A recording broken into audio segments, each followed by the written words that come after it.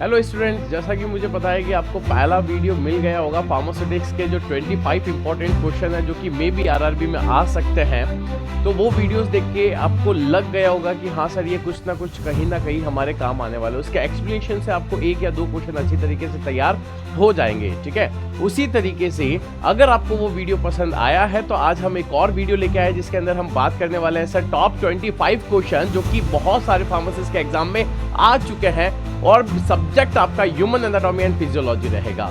और अगर इसी तरीके के वीडियो लेक्चर आपको चाहिए रिकॉर्डेड फॉर्म में या फिर आपको लाइव क्लास चाहिए यूट्यूब पे, तो आपको कमेंट करना पड़ेगा कि yes sir, we required that kind of videos and lecture. और उसके अलावा आपको सुदर्शन फार्मेसी को एक तरीके से सब्सक्राइब करना पड़ेगा, लाइक करना पड़ेगा और उसके अलावा शेयर करना पड़ेगा अपने फ्रेंड्स के साथ। तभी आपको ऐसे वीडियोस मिलते रहेंगे और आपका नॉलेज इनहांस होता रहेगा। हेलो एवरीवन, एक बार फिर आपका स्वागत है सुदर्शन फार्मेसी के एक बेहतरीन प्लेटफॉर्म पे जहां पे आपको फार्मेसी रिगार्डिंग छोटी से बड़ी news update, vacancy update and study material मिलता रहता है। और आज हम बात करेंगे सर यहां पे ह्यूमन एनाटॉमी एंड फिजियोलॉजी के जो टॉप इंपॉर्टेंट 25 क्वेश्चन है उसके बारे में, जो कि बहुत बार फार्मासिस्ट के अलग अलग एग्जाम्स में रिपीट हो चुके हैं, आ चुके हैं। कंप्लीट एनालिसिस करके ये 25 क्वेश्चंस आपके सामने है। मे बी एस टाइप के क्वेश्चन या इसी तरीके के क्वेश्चन आपके आरआरबी फार्मासिस्ट एग्जाम में, बिहार फार्मासिस्ट एग्जाम में या फिर जो उत्तराखंड फार्मासिस्ट एग्जाम होने वाला है वहां पे भी रिपीट होने के चांसेस बन सकते हैं। तो वो कौन से मोस्ट इंपॉर्टेंट 25 क्वेश्चन है उसके बारे में बात करेंगे इस वीडियो के अंदर। जैसा कि आपको पता है कि बहुत सारे स्टूडेंट ऐसे हैं जिन्होंने सर तैयारी पूरी अच्छी तरीके से कर ली है, अब उनको सिर्फ एमसीक्यू की प्रैक्टिस करनी है। तो आपको इस प्लेटफॉर्म पे जितने भी इंपॉर्टेंट एमसीक्यू है वो दिए जाएंगे और इन एमसीक्यू से आप अपना खुद का सेल्फ एनालिसिस कर सकते हैं कि सर हमें कितना आता है, हम कितना पढ़ चुके हैं, क्या हमने सही रिसोर्सेज से पढ़ा या नहीं पढ़ा, हमने सही बुक सेलेक्ट की थी या नहीं की थी, क्या हमने जो मटेरियल यूज किया था अपनी स्टडी के लिए क्या वो परफेक्ट है या नहीं है। अगर ये एमसीक्यू आपसे हो रहा है इसका मतलब यह है कि आपका स्टडी बिल्कुल स्ट्रांग है, आप डेफिनेटली एक सीट लेके रहेंगे। और उसके अलावा अगर हम उन बच्चों की बात करें जिन्होंने अभी तक अपना स्टडी स्टार्ट नहीं किया है या फिर सर अभी थोड़ा कम ही टाइम बचा है, 1 महीना ही बचा है, तो मैं क्या कर सकता हूं, तो इंपॉर्टेंट एमसीक्यू, उसके अलावा आपके पास जो एमसीक्यू की बुक है उसे सॉल्व करना स्टार्ट करिए ताकि आप आराम से क्या कर सकते हैं सर, अपनी छोटी मोटी तैयारी स्टार्ट कर सकते हैं आज ही से, है ना। तो यहां पे आपको टॉप 25 इंपॉर्टेंट क्वेश्चन जो कि बहुत सारे फार्मासिस्ट के एग्जाम में रिपीट हो चुके हैं उसके बारे में हम यहां पे बात करेंगे। तो हमारे पास जो आज का सब्जेक्ट रहने वाला है सर, वो सब्जेक्ट कौन सा है, तो सब्जेक्ट का नाम है ह्यूमन एनाटॉमी एंड फिजियोलॉजी और उसके जितने भी इंपॉर्टेंट 25 क्वेश्चन है वो मैं आपके सामने शेयर करूंगा आज, है ना। इसी तरीके से हम एक एक सब्जेक्ट के बारे में बात करेंगे और जो जो इंपॉर्टेंट क्वेश्चन है वो आपके सामने लेके आएंगे। इस तरीके से आपके पास लगभग कलेक्शन हो जाएगा 1 महीने के अंदर बहुत सारे एमसीक्यूज का। लेकिन ये तभी हो पाएगा जब आप कमेंट करेंगे कि हाँ सर हमें ऐसे वीडियोस रिक्वायर्ड है। और उसके अलावा आपको सुदर्शन फार्मेसी के चैनल को सब्सक्राइब करना पड़ेगा ताकि आपको जो भी वैकेंसी अपडेट है वो जल्दी से जल्दी आपके पास पहुंच जाए। उसके अलावा जो भी फार्मेसी के रिगार्डिंग लेटेस्ट न्यूज आई है वो भी आपके पास पहुंच जाए और जो स्टडी मटीरियल है उसके अलावा आपको अगर ऐसे एमसीक्यू चाहिए तो वो भी आपको YouTube पे डायरेक्टली देखने को मिल जाएंगे। बस एक ही काम करना पड़ेगा, सब्सक्राइब करना पड़ेगा, शेयर करना पड़ेगा और लाइक करना पड़ेगा। ठीक है, तो हम स्टार्ट कर रहे हैं हमारा इंपॉर्टेंट ह्यूमन एनाटॉमी और फिजियोलॉजी के क्वेश्चन, जिसमें सबसे पहला क्वेश्चन जो आपके सामने यहां पे दे रखा है सर, ये जो क्वेश्चन हमारे पास है वो क्वेश्चन कहां से है, तो ऊपर की तरफ मैंने मेंशन कर रखा है कि सर ये सीजीएसएस नागपुर 2018 में जो फार्मासिस्ट का एग्जाम हुआ था वहां पे ये क्वेश्चन आ रखा है, वहां पे इस तरीके का क्वेश्चन पूछ रखा है। तो यहां पे आपको डायरेक्टली क्वेश्चन पता चल रहा होगा कि यहां पे पूछा गया है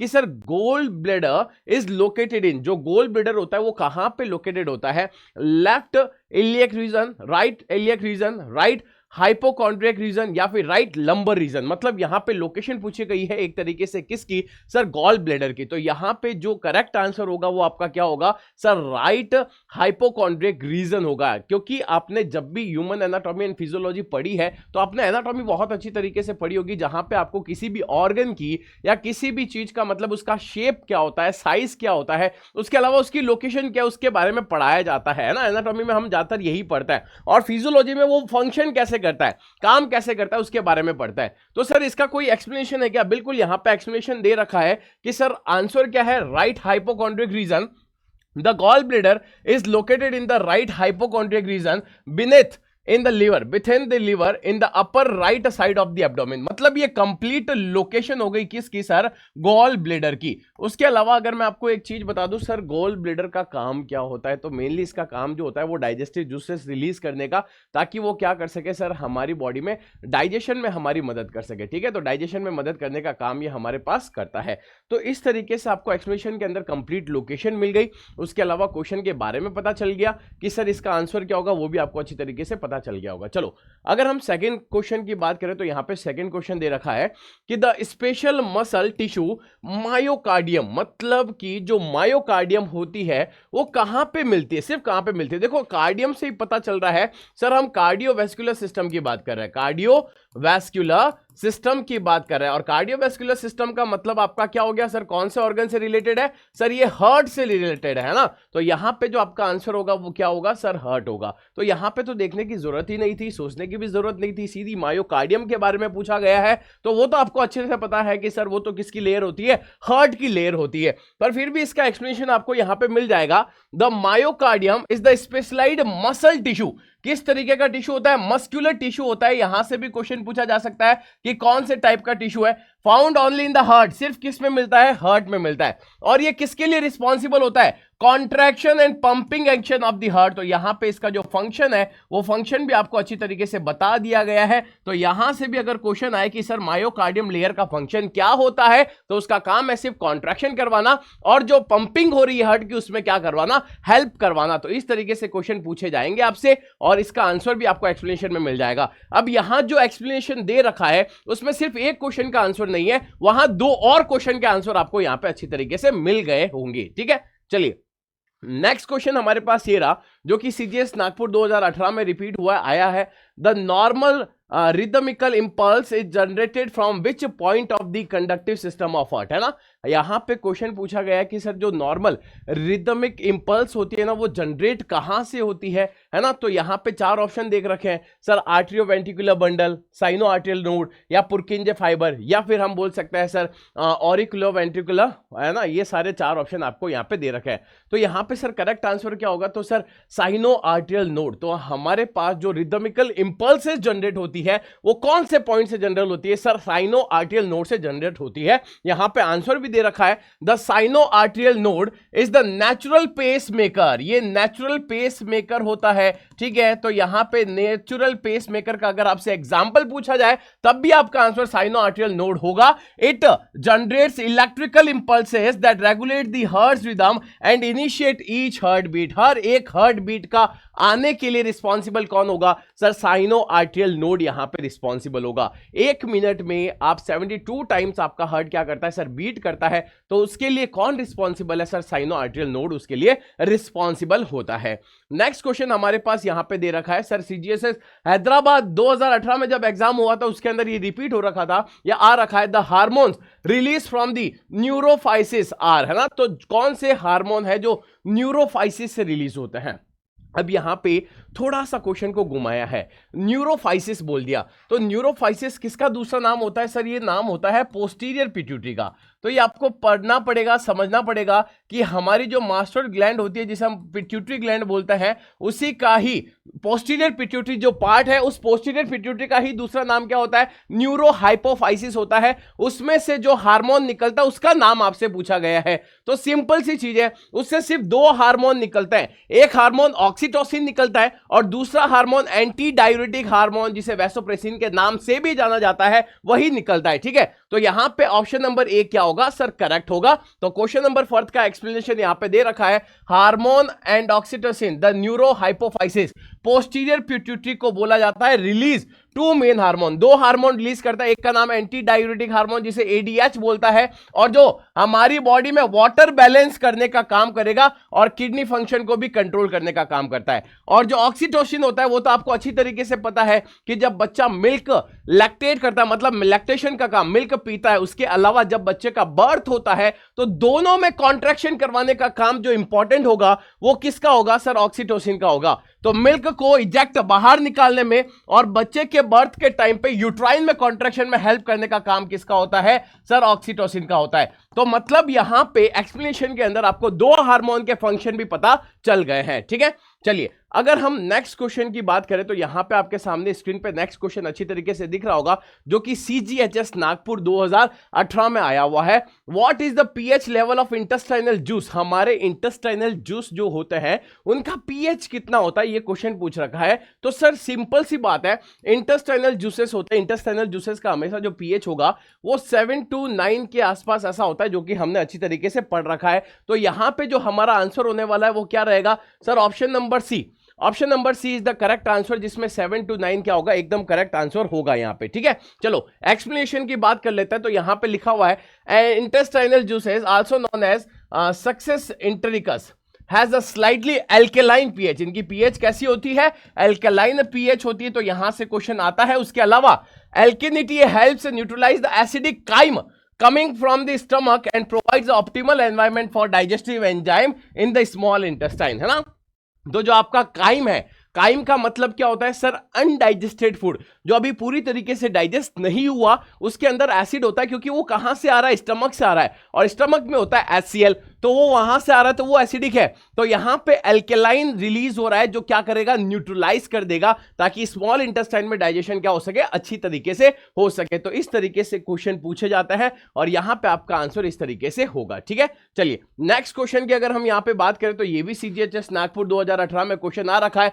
टच, शाइट, उसके अलावा hearing, taste and smell are the control by. मतलब आप किसी को टच कर रहे हो, किसी को मतलब एक तरीके से हियर, सुन रहे हो कोई चीज को, ये सब चीजें कौन सा ब्रेन का पार्ट होता है जो क्या करता है सर? एक तरीके से कंट्रोल करता है। तो यहां पे आंसर होगा आपका सीरेब्रम।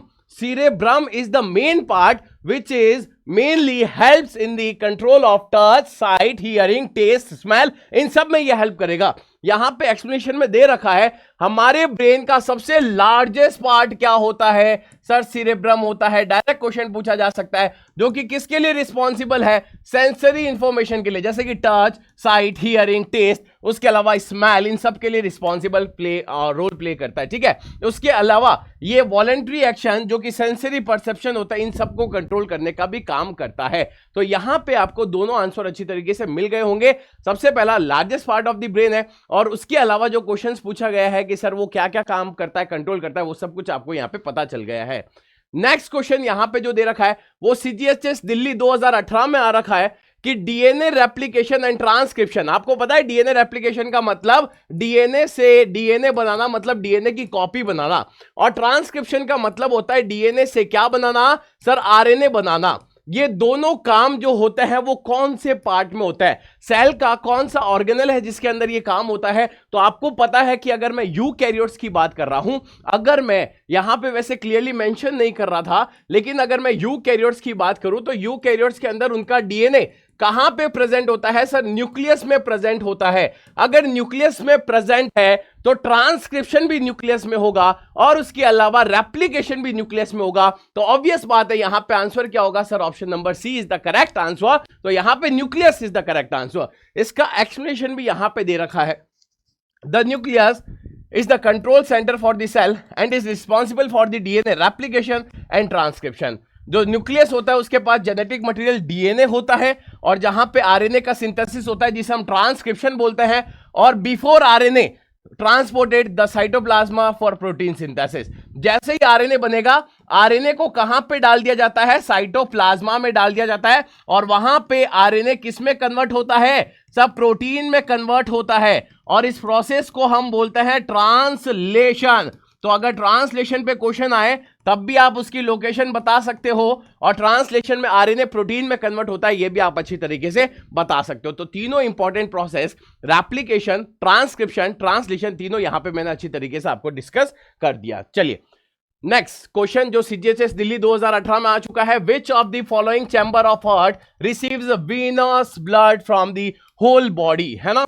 तो पूरी बॉडी में से जो ब्लड आता है, वो ब्लड आने के बाद कौन से पार्ट, हार्ट का कौन सा पार्ट है जो उसे कैरी करता है? तो यहाँ पे आपका आंसर सिंपल सा होगा सर, राइट एट्रियम। पूरी बॉडी में से जो डीऑक्सीजनेटेड ब्लड आता है उसे कैरी करने का काम सिर्फ एक ही चीज का है, हार्ट का एक ही चैम्बर का, जिसका नाम है राइट एट्रियम। राइट एट्रियम से राइट वेंट्रिकल, राइट वेंट्रिकल से सर पल्मोनरी आर्टरी या वेन वहां चला जाएगा, वहां से ऑक्सीजन लाके फिर किसको देगा सर, लेफ्ट एट्रियम को देगा। लेफ्ट एट्रियम से लेफ्ट वेंट्रिकल, और लेफ्ट वेंट्रिकल से एओर्टा से होते हुए पूरे शरीर में वापस चला जाएगा। ये अगर आपको सर्कुलेशन याद है तो इसका आंसर भी आपको अच्छी तरीके से आ गया होगा। लेकिन यहां पे एक्सप्लेनेशन भी अच्छी तरीके से दे रखा है कि यहां पे दे रखा है the right atrium is the chamber of the heart that receives deoxygenated venous blood. Venus का मतलब डीऑक्सीजनेटेड ब्लड, जो कि हमारी बॉडी से आया है, मतलब उसमें क्या है, ब्लड के अंदर CO2 है ना। ये पूरी बॉडी में से आपके सुपीरियर वेना केवा से होते हुए कहां पे आता है, सुपीरियर वेना केवा जो ऊपर से ब्लड लेके आती है डीऑक्सीजनेटेड, इंफीरियर वेना केवा जो बॉडी के नीचे वाले पार्ट से ब्लड लेके आती है और लाके किसको देती है सर, हार्ट के राइट एट्रियम को देती है। और ये पंप करता है blood into the right ventricle, है ना। राइट एट्रियम से कहां जाएगा, राइट वेंट्रिकल में, और फिर लंग्स में जाएगा ताकि वहां पे उसको क्या मिल जाए, ऑक्सीजन मिल जाए। और लंग्स से फिर कहां जाएगा सर, वो जाएगा लेफ्ट एट्रियम, लेफ्ट एट्रियम से लेफ्ट वेंट्रिकल, और लेफ्ट वेंट्रिकल से फिर ये कहां जाएगा, एओर्टा के पास, और एओर्टा से फिर ये कहां चला जाएगा सर, आर्टरीज से होते हुए, आर्टरीज से होते हुए कहां चला जाता है सर, बॉडी में चला जाता है। तो यहां पे आपको पूरा पाथवे समझ आ गया होगा कि ब्लड कैसे फ्लो करता है। वेन का काम डीऑक्सीजनेटेड ब्लड कैरी करना, और जो आर्टरीज होती है वो कैसा ब्लड कैरी करती है, ऑक्सीजनेटेड ब्लड कैरी करती है। लेकिन जो पल्मोनरी आर्टरी होगी वो कैसा ब्लड कैरी करेगी, डीऑक्सीजनेटेड, और जो पल्मोनरी वेन है वो कैसा कैरी करती है सर, ऑक्सीजनेटेड। यहां पे ये थोड़ा सा एक्सेप्शन वाला केस है जहां पे क्वेश्चन पूछे जा सकते हैं, इस तरीके से क्वेश्चन पूछे जाते हैं और आने के चांसेस भी ज्यादा है, ठीक है। चलिए नेक्स्ट क्वेश्चन की अगर हम बात करें तो यहां पे फिर से क्वेश्चन सीजीएसएस दिल्ली 2018 से लिया गया है। थायराइड स्टिमुलेटिंग हार्मोन TSH जिसे बोला जाता है, और thyrotropic hormone is secreted by which gland. Simple easy आसानी से पूछा गया क्वेश्चन, पूछा गया आपसे कि सर इनमें से जो थायराइड स्टिमुलेटिंग हार्मोन होता है या फिर जो थायरोट्रोपिक हार्मोन होता है वो कहां से रिलीज होता है। देखो यहां पे गलती करते स्टूडेंट, सीधा थायराइड स्टिमुलेटिंग हार्मोन देखा नहीं, जाके टिक करेंगे sir thyroid thyroid thyroid thyroid. अरे नहीं भाई, थायराइड ग्लैंड से thyroxine T3 and T4 release होता है। थायराइड ग्लैंड से T3 एंड T4 रिलीज होता है, थायराइड स्टिमुलेटिंग हार्मोन रिलीज नहीं होता। तो इसका आंसर थायराइड नहीं हो पाएगा।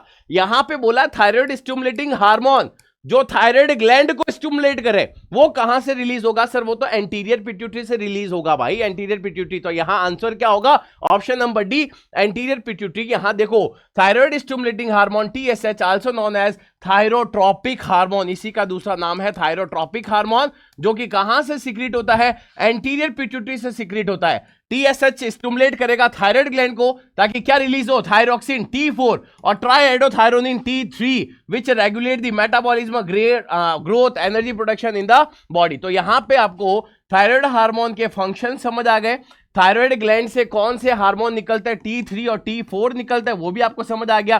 फिर भी मैं आपको बता देता हूं सर, थायराइड ग्लैंड जो होती है वो बटरफ्लाई शेप की प्रेजेंट होती है हमारी बॉडी के अंदर, क्लियर। उसके अलावा सर उसके पीछे की तरफ कितनी पैराथायराइड ग्लैंड होती है, 4 पैराथायराइड ग्लैंड होती है, ये भी आपको पता है। उसके अलावा कौन सा हार्मोन रिलीज होता है, एक और सर कैल्सिटोनिन भी रिलीज होता है। ये सब इंफॉर्मेशन पे क्वेश्चन पूछे जाने की संभावना पूरी की पूरी रहती है, और यहां पे एक एक्सप्लेनेशन में इतने सारे आंसर आपके बन जाते हैं, क्लियर। चलिए नेक्स्ट क्वेश्चन यहां पे दे रखा है, वो भी केरला फार्मासिस्ट एग्जाम हुआ था 2016 में, वहां से oxytocin is the hormone release from.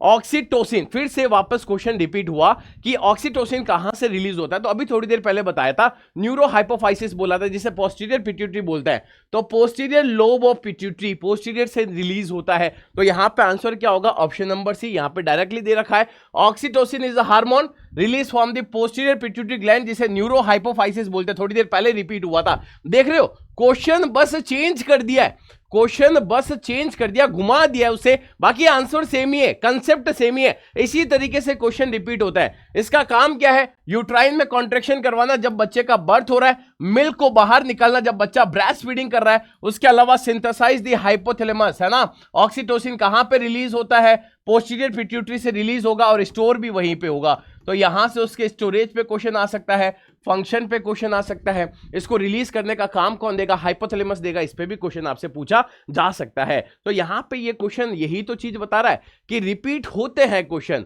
कहां से लाएंगे क्वेश्चन, है ना, रिपीट होंगे, भले घुमा के भी दे पर क्वेश्चन रिपीट होने के चांसेस क्या होते हैं सर, ज्यादा होंगे। ठीक है, चलिए नेक्स्ट यहां पे एक आरआरबी फार्मेसी 2018 में पेपर हो रखा है, उसमें क्वेश्चन आ रखा है कि डिओडिनम कहां पे सिचुएटेड होता है, डिओडिनम की लोकेशन यहां पे पूछी गई है। तो सिंपल सी बात है सर, जो स्मॉल इंटेस्टाइन होती है उस स्मॉल इंटेस्टाइन के ऊपर वाले, जस्ट ऊपर वाले अपर मोस्ट पार्ट पे आपका क्या प्रेजेंट होता है, डिओडिनम प्रेजेंट होता है। तो यहां पे आपको दिख रहा होगा आंसर सिंपल सा दे रखा है, at the upper most part of the small intestine is the correct answer. यहां पे उसका एक्सप्लेनेशन भी दे रखा है, duodenum is the first and shortest segment of the small intestine located just after the stomach, stomach के just बाद और आपकी स्मॉल इंटेस्टाइन के जस्ट ऊपर प्रेजेंट होता है। इसका रोल किसमें है, digestion bye receiving partially digested food, जिसे काइम बोला जाता है। जो काइम होता है उसको आगे क्या करना है सर, रिसीव करना या पार लेना एक तरीके से, है ना,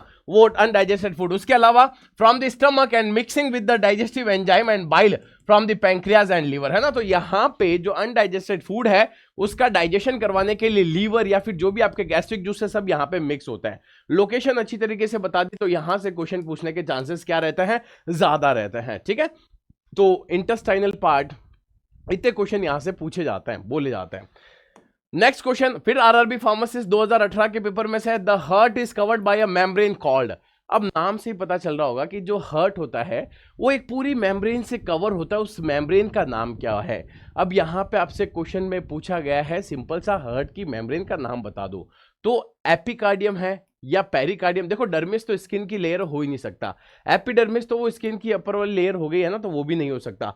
एपिकार्डियम या पेरिकार्डियम, तो एक चीज हमेशा ध्यान रखना, pericardium is the outer most layer जो कि उससे हार्ट क्या होता है, अटैच होता है। तो यहां पे आंसर क्या होगा, ऑप्शन नंबर डी होगा, यहां पे आंसर होगा ऑप्शन नंबर डी। ये देखो pericardium is double layer membrane, तो यहां पे क्वेश्चन पूछा जा सकता है कितने लेयर की मेम्ब्रेन होती है, दो, surrounds and protect the heart, heart को प्रोटेक्ट करता है, उसके चारों तरफ होता है। उसके अलावा ल्यूब्रिकेशन भी प्रोवाइड करवाता है ताकि फ्रिक्शन कम हो सके, हार्ट बीट अच्छी तरीके से चल सके और चेस्ट की एक्टिविटी कैविटी है वो अच्छी तरीके से रह सके। ये सारे फंक्शन को करने में काम हमारा करता है। तो pericardium is the outer most layer of heart, ठीक है, जो हार्ट को प्रोटेक्ट भी करके रखता है। उसके अलावा ये काम क्या करता है सर, सिंपल सा है कि सर ल्यूब्रिकेशन प्रोवाइड करवाता है।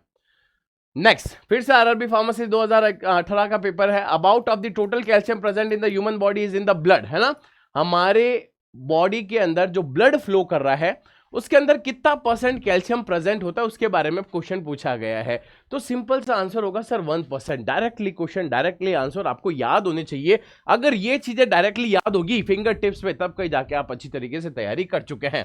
About 99% of the total calcium in the human body is found in the bones and teeth. हमारे जो दांत होते हैं, हमारी जो हड्डियां होती है, वहां पे 99% क्या मिलता है सर, कैल्शियम मिलता है। लेकिन 1% आपको किस में मिल जाएगा, ब्लड में मिल जाएगा या अदर बॉडी फ्लूइड में मिल जाएगा, जो कि हमेशा किस में हेल्प करेंगे, एक तो नर्व को अच्छी तरीके से फंक्शन करवाने, कैल्शियम के कॉन्ट्रैक्शन में और ब्लड क्लॉटिंग में भी हेल्प करता है। तो यहां से क्वेश्चन आने के चांसेस ज्यादा रहता है कि कैल्शियम का काम क्या है सर, कॉन्ट्रैक्शन करवाना। और कितना परसेंट ब्लड में प्रेजेंट होता है सर, 1% ब्लड के अंदर प्रेजेंट होता है। तो आपको पता ही है ज्यादातर कैल्शियम जो काम करवाती है वो सिर्फ कॉन्ट्रैक्शन का करवाती है, ज्यादातर मोस्टली काम इसका क्या होता है, कॉन्ट्रैक्शन का होता है।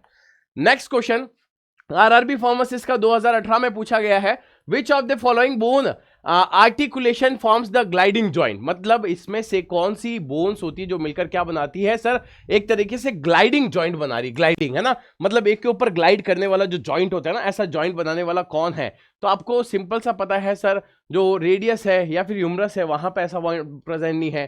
कार्पल्स के पास क्या प्रेजेंट होता है सर, इस तरीके का ग्लाइडिंग जॉइंट प्रेजेंट होता है। तो आंसर यहाँ पे कार्पल्स होगा।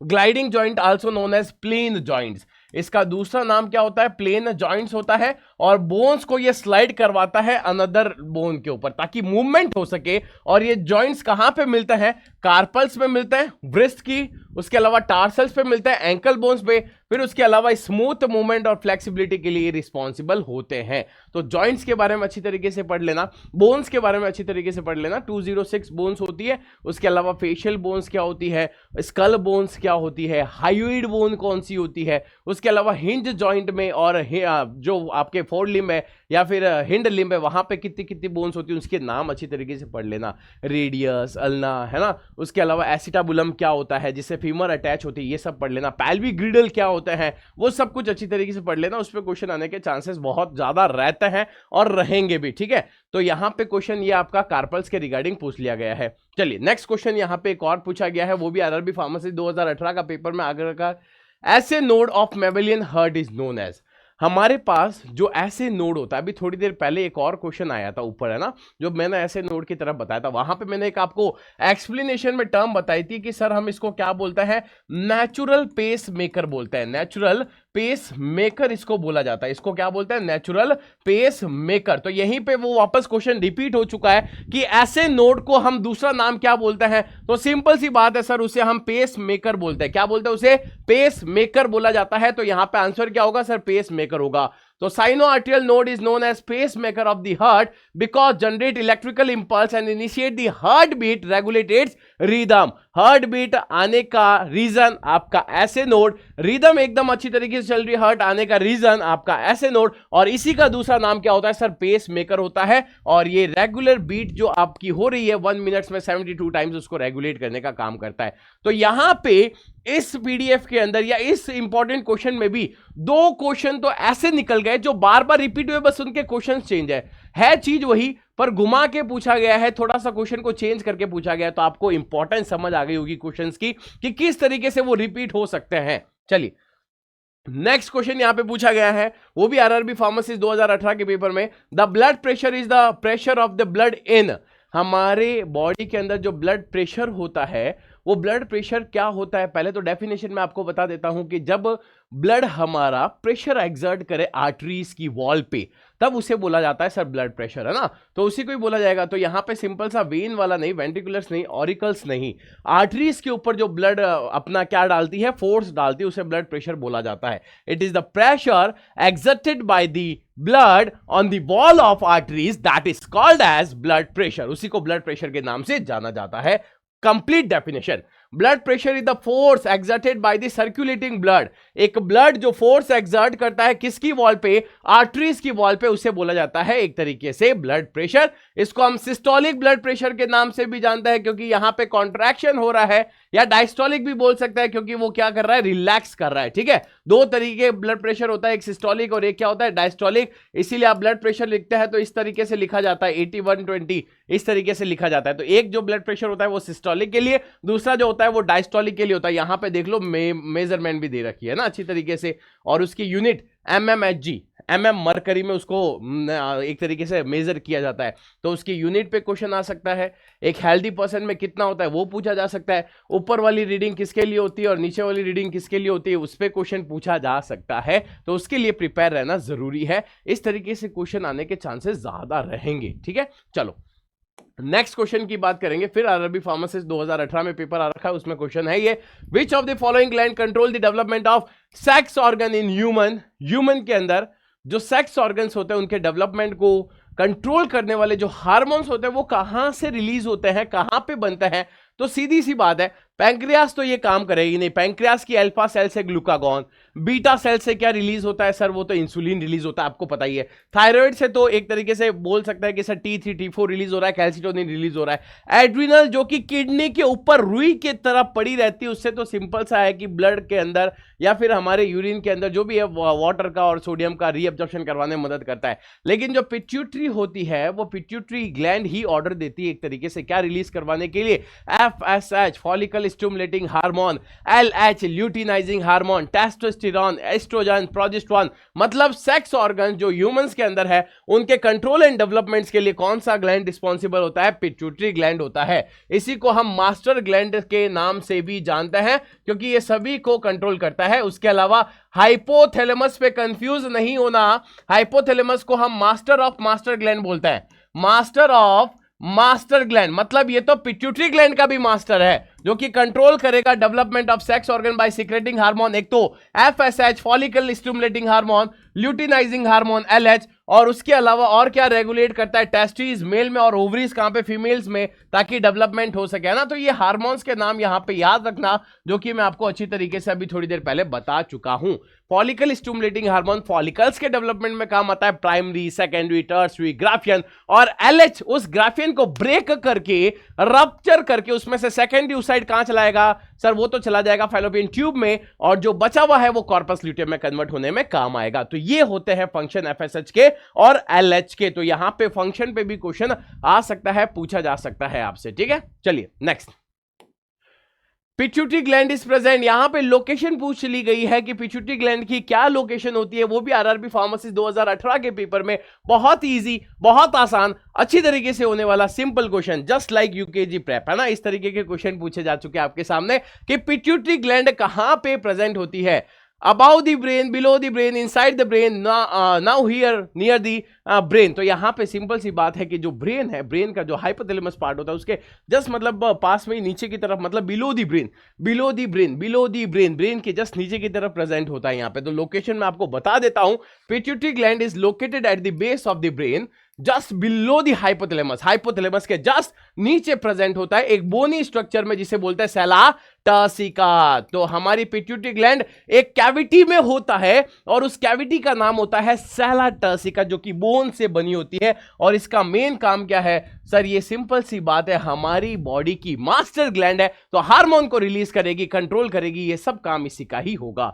उसके अलावा चलो नेक्स्ट क्वेश्चन की यहां पे बात कर लेते हैं। आरआरबी फार्मेसिस्ट 2018 का ही क्वेश्चन है, which of the following organ is use in the purification of blood in human body. देखो अब यहां पे ये क्वेश्चन थोड़ा सा मुझे लगा कि दो आंसर इसके बन सकते हैं, फिर भी मैं एक आंसर अच्छी तरीके से बता दूंगा। देखो अगर मैं बात करूं यहां पे कि सर ब्लड का प्यूरिफिकेशन करना है गैसेस के एक्सचेंज की फॉर्म में, CO2 O2 के फॉर्म में, तब तो हम क्या बोलेंगे सर, वो कौन करता है, लंग्स करता है। लेकिन उसके अलावा अगर मैं ऑक्सीजन या कार्बन डाइऑक्साइड गैसेस के एक्सचेंज की फॉर्म में बात ना करूं, तो मैं क्या बोलूंगा सर, किडनी उसका क्या करती है, एक तरीके से सर प्यूरिफिकेशन करती है। ब्लड का प्यूरिफिकेशन ऑलमोस्ट आपके दिमाग में सबसे पहला ऑर्गन यही आएगा सर, किडनी करती है। लेकिन गैसेस का एक्सचेंज पूछे तब आप क्या बोलोगे सर, लंग्स ऐसा करता है। तो यहां पे आंसर लंग्स भी बोल सकता है, किडनी भी हो सकता है, लेकिन क्वेश्चन में गैसेस एक्सचेंज जैसा कुछ भी नहीं दे रखा, तो मैं इस क्वेश्चन में आंसर देना चाहूंगा किडनी। बाकी आप लंग्स दे रहे हो तब भी कोई टेंशन नहीं है, आपका आंसर हो सकता है। यहां पे एक्सप्लेनेशन दे रखा है, kidney are responsible for purifying the blood by filtering out